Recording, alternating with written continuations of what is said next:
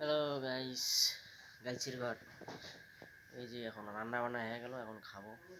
কি করব, কপালে দুঃখে ভাতে কি করবো? একটা শায়রি বলবো। মাও ভালো, ছেলে ভালো, আরো ভালো বউ। পকেটে পয়সা না দিলে কথা বলে না কেউ। বুঝেন তো এটা মানেটা কি? আজকে যদি ছেলেগুলা যদি পকেটে পয়সা না থাকে না, বাপ কেন মাও কেন সবাই বিক্রি করে দিচ্ছে। ভাই বেড়া বই সবাই, যখন পয়সাটা ছেলের কাছে যখন পয়সা থাকে না, তখন সবাই বলে ভাই দাদা বই। এখন আমার কাছে পয়সা নেই না, এখন কেউ আমাকে দাম দেয় না। সেই সে কথা বুঝছেন। দুঃখের কপাল দুঃখেই যায়, তবু বুঝো না।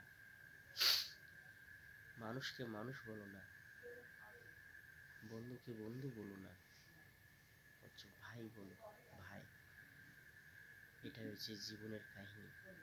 যত কষ্ট করি না কেন, তবু নাম নাই। বুঝছেন, মনের কথা আজকে বলবো তো। কেমন লাগলো কথাটা বলো তো? বুঝছেন,